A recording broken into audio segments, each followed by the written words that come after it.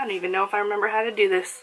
Hey guys, welcome back to my channel, Shelf Life Extension. I'm Alexis, and yeah, you guys might remember this setup behind me. It means that I'm back in Seattle. I've moved back home from Florida, and I figured I would just kind of come back onto booktube because I've actually read some books, and I'd like to talk about them. So, yeah. A lot's happened, obviously. Graduated from Full Sail University. Then moved back home. I drove from Florida to Seattle with Shelby. She flew down and we drove back. We made a pit stop in Arizona and Phoenix to say hi to my brother, and we stayed there for a couple nights, and then otherwise we made our way back up. And it's snowing outside. It's cold. It's wonderful. I feel great. I'm working again. I'm making money. I'm not starving. Not that I was necessarily starving before, but I can actually afford to buy my own groceries and like stop eating potatoes. And then otherwise, I've been reading a whole bunch. With my days off, I've just found that, you know, being in Florida, I watched pretty much all the shows and movies that I wanted to watch, and now I actually have the time and motivation and like the urge to read books again. And that was a big factor in why I didn't want to do booktube really while I was over there. I pretty much stopped reading, even though I was writing a lot more. I participated in NaNoWriMo twice and actually got some shit done, which was amazing. With the last NaNoWriMo, I actually wrote a book.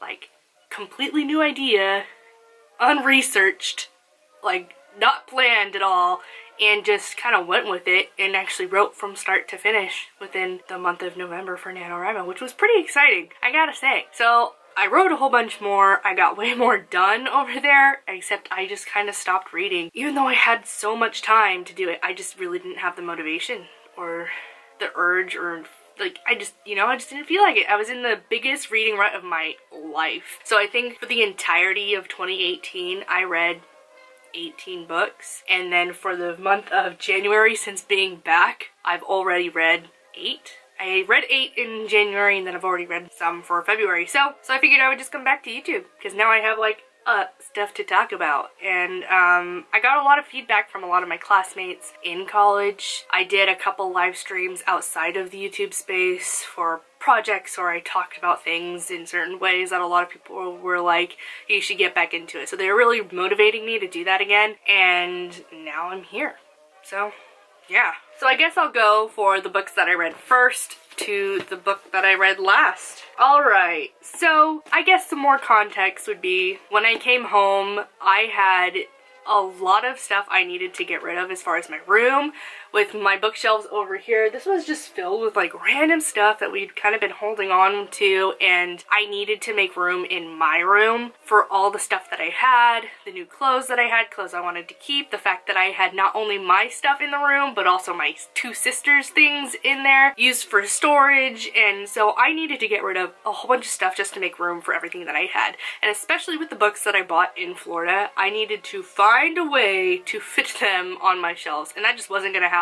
So I ended up clearing out these. I left this one. This is all like our trinket shelf for mom's memorabilia and stuff, but otherwise I cleaned out these and I put most of my read books here. Honestly, almost all of them. I think I have one box of books that I'm still trying to figure out where to put. Yeah, so I had to figure out what to do with that. I also unhauled a whole bunch of books. I put a ton in a box just to get donated. I also got rid of a lot of the strips that I got while I was working at Barnes & Noble that I just knew I wasn't going to read, and the only reason I got them was because they were free. So I ended up dumping those, and with those you can't really give them away, you can't sell them, so pretty much they just got trashed, which kind of hurts, but I take solace in the fact that they were just gonna go to the incinerators anyway out from Barnes & Noble when I took them. So that cleared up so much space. So pretty much my bookshelves are all just my to-be-read books, books I haven't read, new books. In doing so, I found a whole bunch of books that I forgot I had, things that I really did want to read, and I just kind of took a chance on. And the first one being the Salt to the Sea by Ruta Septys. And This came out in February of 2016, so it's a relatively old book, but you know, it was something that I really wanted to read because it's specifically a YA historical fiction novel. I love historical fiction. That's one of my favorite genres, period. So I really wanted to dive into this one. And considering that this story follows a period of time that I am very much in love with, I love learning about, but it gives you something that is like rarely ever talked about. It's not talked about at all. I learned so much from this book about one instance, one point in time during the vast craziness that was World War II in this book. And that's the biggest thing that I love about historical fiction, is that I just learned so much from the books that I read. So what I really loved about this story was the fact that it followed 4 separate individuals in their journey of coming together, trying to pretty much get off of the continent. They are civilians. They are just trying to make it to the coast to get on a ship. That way they can be ferried off to freedom, into a safer place, away from all the fighting and away from all the bombing. So it follows one woman who is a nurse, one guy who is a soldier who is kind of going AWOL. We have the story of a young Polish girl who is pregnant and she can't speak any German or English or anything, and then also follows the story of one of the German officers. So every chapter is unique. It follows a different perspective and it gives you details and little hints into everything that's happening, and then at the end it all converges together. So the main climax of the story really follows around the destruction of a ship called the Wilhelm Gustloff, and it is a German ship that was carrying civilians off of the continent, and how it got bombed and sunk, and how pretty much almost everybody died. So what's crazy about this ship is that it was only meant to carry maybe like a couple thousand passengers, and they stuffed it chock full of civilians, women, children, wounded soldiers, as many people as they possibly could, because they were just trying to get everybody off of the continent. It was their last chance to get everybody off, and it's crazy to think about because it's something that's never talked about. We don't learn this stuff in our schools. I never learned it in my World War II courses, you know, going through college. Nowhere is this really talked about, and yet it is by far one of the most extreme cases of loss of life during like maritime warfare. It's insane that this is something that's so significant, yet it's never talked about. And I don't know, it just kind of like brought out all the emotions. It hit everything that I wanted it to. And I'm just really happy that I finally read it. So highly recommend this if you guys are interested in a historical fiction novel, but that is YA, so it's not so intense, but it's enough to really kind of get to the point and give you the story that they're trying to tell. The next book I read was The Fire by Night, which is another World War II historical fiction novel, and also another ARC that I got while I was working at Barnes & Noble. So this one I really wanted to read because it takes the point of view of 2 women on separate fronts during the war. They are both nurses. One is on the front in Germany. She and a group of wounded soldiers kind of get left behind and they have to fend for themselves, like literally at the front, and also from the point of view of her best friend, who is a prisoner of war in the Philippines. And the main reason I really wanted to read this was because of the Philippines. The fact that this character in this story is taking place in a place that I am very familiar with, in a place that I am connected to, and it's something that, again, we don't learn about or really know anything about. So that was something that I was really interested in reading about and getting a perspective of, and seeing kind of how this writer incorporated that into the story. Again, I learned a lot from this book, and it's something that really touched close to home, being half Filipino, knowing exactly the places that she was talking about, not having necessarily been there, but I know like where they are, and I've seen pictures of them. I've heard a little bit about it, so it was really exciting for me to go ahead and read this book. So overall, I really enjoyed reading this book. It was really emotional, really kind of dark. It's very intense, but I kind of felt left down when it came to the ending because there is no reunion between the 2 friends, the 2 perspectives. They don't come together at the end, which is something that I really wanted, and I think the story really could have used, because it's kind of like a major plot point. It's what brings them together and why it matters and why you have these 2 perspectives, but then nothing really kind of gets resolved when it comes to the both of them, even though they do have resolutions as far as their own individual stories. So that's just kind of my thing, but I'm really happy I read this. I'm very interested in seeing anything else that the author comes out with, and yeah, I really like this. So yeah. So considering those two were both really intense, very kind of dark, considering it's World War II, not a very happy time, I decided to go ahead and read something else that would be a little bit more uplifting, a little easier, a little more lovey-dovey, something that would kind of break me away from that mood. And so I went ahead and read Welcome to Rosie Hopkins' Sweet Shop of Dreams by Jenny Colgan, and it just sounds cute. I love stories that take place in like bakeries or sweet shops, romance. I just think it's the cutest thing.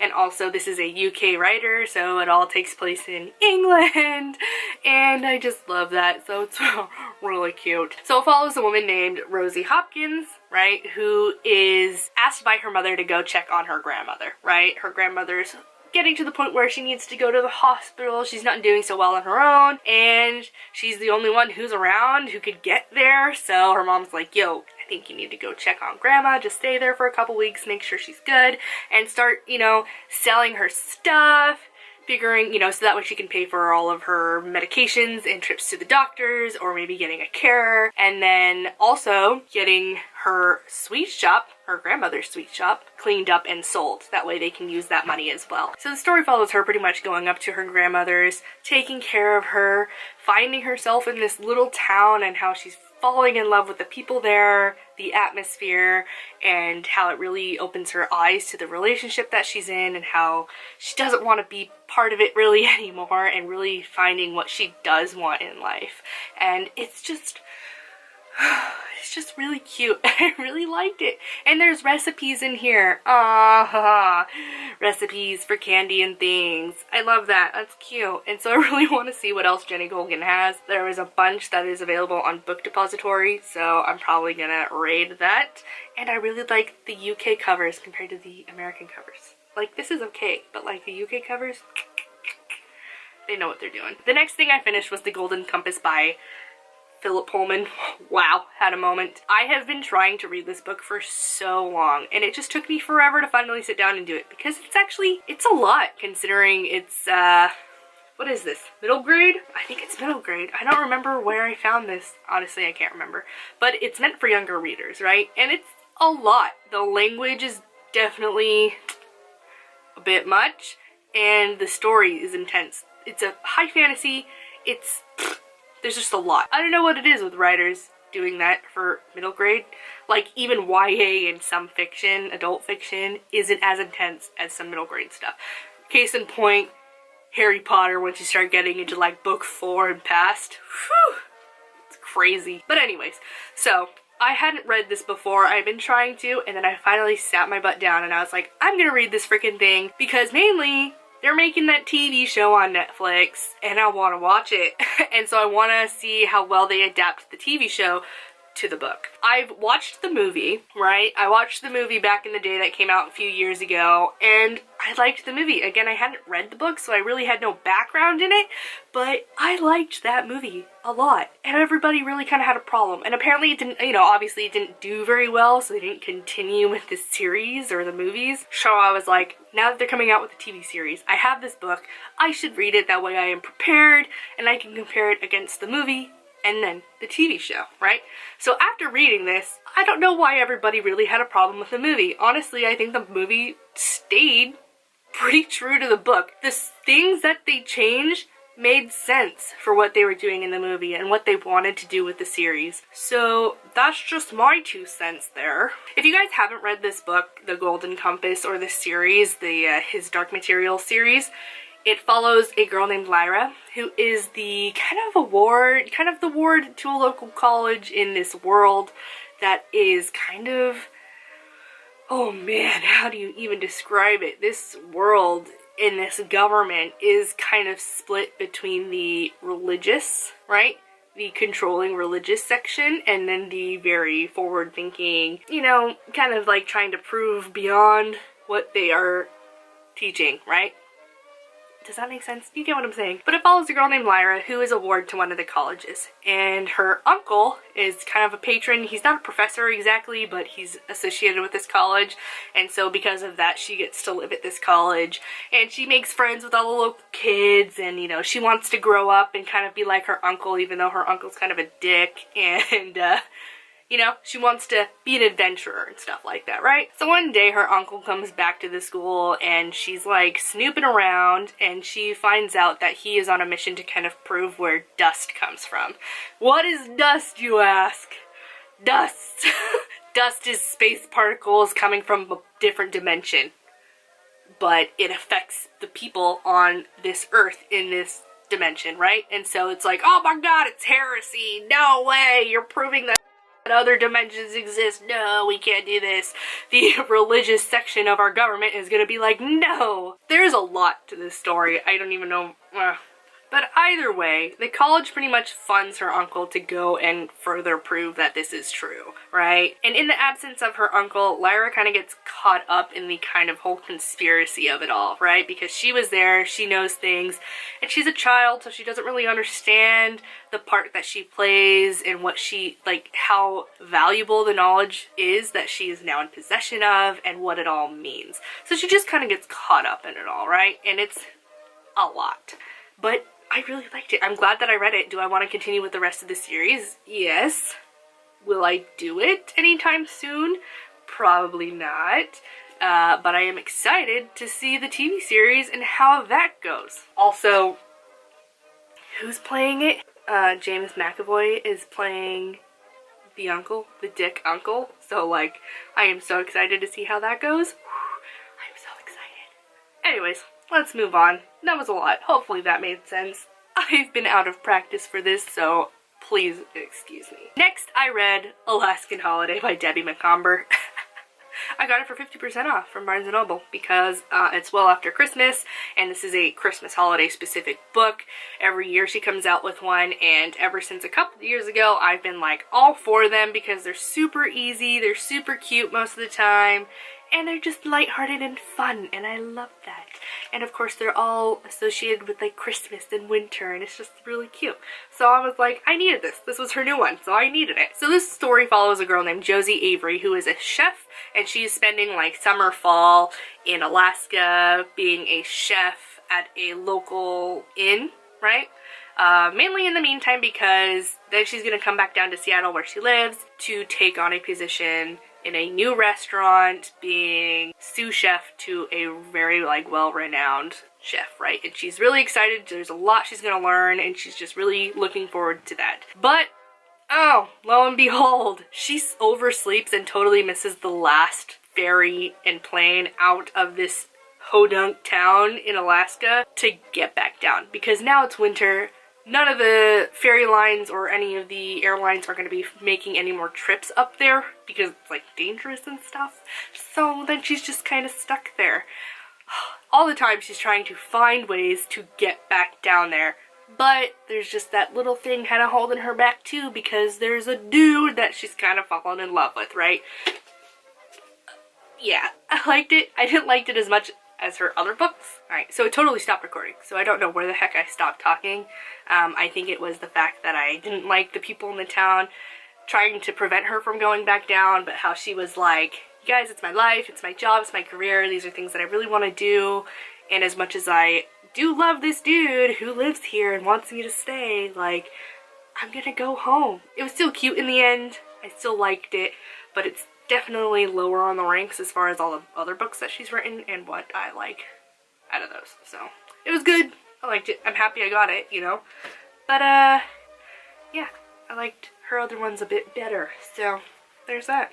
After that, I picked it back up with another World War II historical fiction novel. Hey, you know, honestly, I haven't read too many World War II historical fiction novels. It's not really my forte, and there's totally this plumbing truck in our cul-de-sac having some trouble getting out. It's really distracting, but that was pretty funny. Pretty much like a wheel was up and off the ground. Dummies. Alright, anyways, back to this. Yeah, so generally World War II, not the most common of histories that I read as far as my historical fiction, a lot of it being Susanna Kersley, has been obviously like 1800s, 1700s England. It's, you know, it's just, again, a period of time that I've always been interested in, and I just really love, like, how intense it can make the stories. Yeah. So this book is called Letters from Skye by Jessica Brockmole, and it follows the story of a woman who is a poet living on the Isle of Skye in Scotland. So one day she receives a fan letter from a college student in America, and so she starts corresponding with him. It's a dude, of course. She starts corresponding with him over the years, pretty much just, you know, talking about their lives and like their aspirations, their hopes, the things that they want and like, and their struggles, and how the war obviously is happening, and it ultimately brings them together. So they see each other, they are in love, and how it kind of ultimately doesn't end well. And I kind of love that, you know? I love that it's a story that kind of like La La Land, where you would want them to work out so much, but just life gets in the way, circumstances get in the way, and it's real. It's stuff that actually happens, and I just really loved that it was a major plot point and major thing within this story. What I also love about this story is the fact that it doesn't only take the perspective of the poet and her fan, right? It also takes the perspective of her daughter in the future, and how she finds these letters that they had been sending to and from each other, and starts to kind of dig into her mother's past, and like how she's trying to figure out what happened and where he is and what's going on. And so through both of them, through the letters that they're sending as well as the letters that the daughter is sending to her fiance, you learn about everything that happened from the first letter that they sent to each other to the point where the war is over and they meet up again. Kind of like La La Land. It's crazy. I really like this book. It's really short considering, and it's a story that I had never heard about. It's literally, I was at Barnes & Noble, I was looking at the shelves, and I was like, oh, pulled it, there it is, and added it to my stack. So I'm really happy with this, and it's also a great introduction to the author, and I'm really excited to kind of read what else she has as well, which she has a few books. So that's always nice. Alright, moving on. Almost done. The next book I read was A Perilous Undertaking by Deanna Raybourn. Now, a few years back, maybe it was 2016, I read A Curious Beginning, which was the first book in this series. It's a Veronica Speedwell mystery. Follows the story of a woman named Veronica Speedwell who she's a butterfly scientist. I remember doing this exact same thing in the last video. She's a butterfly scientist. I literally don't remember what the heck it's called. But it follows pretty much the events from the first book and carrying on into this one. Now, considering it was so long in between from reading the first book coming into this one, I thought maybe I might have had to reread the first one. But luckily I didn't actually have to. I remembered a lot of it, and it's a good thing because it just kind of takes you with it. You actually really don't need to read the first one to understand what's happening in here. And there was a lot of stuff that I forgot from the first one where I was reintroduced again in this book, and I was like, oh, that's what happened? I totally didn't remember that. And it didn't make it like any harder to read, So in the first book, Veronica solves a murder. She is kind of thrust into this conspiracy. She is someone of importance, but you don't really understand who or how or why, and it just kind of involves her in this like crazy drama mess, and how she at the center of it solves a murder and solves kind of what is happening on her own, right? On her own terms, because she's like, screw this, like I'm just gonna find out for myself. But because of the first book, she has kind of a reputation. People know of her. She doesn't follow the standard mold of like a Victorian lady, obviously in Victorian England. She gets commissioned by a royal member of the royal house to solve a murder and solve a crime, because she can't be seen looking into it because obviously she's a royal, and how she knows that Veronica and her friend Stoker can figure it out and just kind of get it done, right? But they kind of use it in the sense of blackmail, because the royal also knows who Veronica is and how she's connected to someone who's important and all that good stuff. So everything that happens in the first book is carried into this one and pretty much forces Veronica's hand to be a part of another crazy drama conspiracy, and how she just kind of takes the reins and gets it done and shoves it in everybody's faces, right? It was a lot of fun. I really loved it, and I am so excited to continue with the series. There's a third book that's already out that's going to be in paperback soon, I think in a couple months, and then the fourth book is going to be coming out later this year, and I'm just so excited. I love stories like this. I love anything that kind of takes place in Victorian London and that really involves a headstrong woman really at the forefront of the story. Really excited. If you haven't read this series, I highly recommend it. It was one of my favorites from whatever video year that I said I talked about it, and definitely one of my favorites so far that I've read out of the entire bunch. So, okay. Getting to the end. It's the end. I have no idea how this is going. So, if you guys have stuck out to this point, this is rough.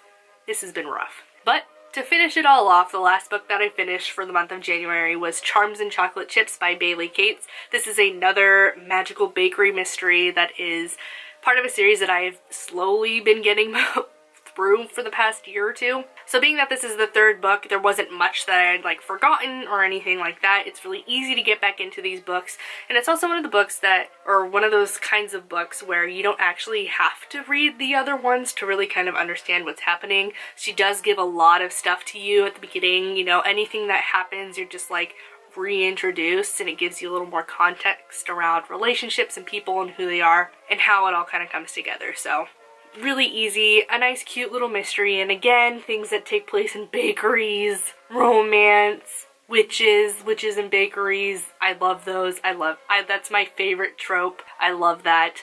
So I just really like it. But it follows the story of a woman named Katie Lightfoot who is working at a bakery with her aunt and uncle, and how she uses her magical powers in her baking, and how she is always, because of her magical powers and how strong she is, like with the force, everything seems to kind of happen around her. She's kind of like a beacon, so the evil darkness finds her, and anything that could go wrong always involves her. It's intense, but it makes for good stories, and that's why this series continues, because just things aren't going to stop, and you know that.